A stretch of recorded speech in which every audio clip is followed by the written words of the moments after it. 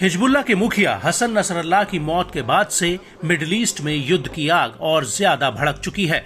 एक तरफ जहां इजरायली सेना हिजबुल्लाह को मिटाने के लिए लेबनान पर जमीनी हमले की तैयारी कर रही है, वहीं दूसरी तरफ हिजबुल्लाह के डिप्टी चीफ शेख नईम कासिम ने एक वीडियो जारी करके हिजबुल्लाह से दो टूक कह दिया है कि आईडीएफ में अगर हिम्मत है तो वो लेबनान की धरती पर कदम तो रख कर देखे।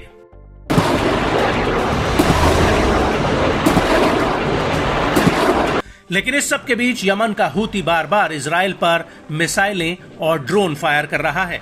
हूती की कोशिश है कि वो इजरायली सेना का ध्यान हिजबुल्लाह से हटा दे, लेकिन उल्टा 29 सितंबर 2024 को इजराइल ने यमन के होदेदा बंदरगाह पर एक बहुत बड़ा हमला किया, जिसमें 5 लोगों की मौत हो गई और 57 से ज्यादा लोग घायल हुए हैं।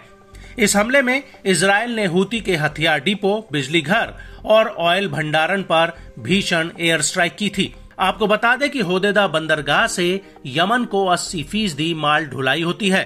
हूती यहीं से तेल और अन्य हथियारों का ट्रांसपोर्टेशन करता है, लेकिन इस बंदरगाह पर आईडीएफ के हमले से हूती बौखला गया और उसने एक बार फिर से अमेरिका के एक और MQ-9 रीपर ड्रोन को मार गिराने का दावा किया है। हूती का कहना है कि उसने जमीन से हवा में वार करने वाली मिसाइल से ड्रोन को गिराया है। वहीं अमेरिकी सेना ने भी ड्रोन गिराए जाने की बात को माना है। इसको लेकर हूती के प्रवक्ता ब्रिगेडियर जनरल याया सारी का कहना है कि हूती के लड़ाकों ने यमन के सादा प्रांत के हवाई क्षेत्र में एक ड्रोन को मार गिराया।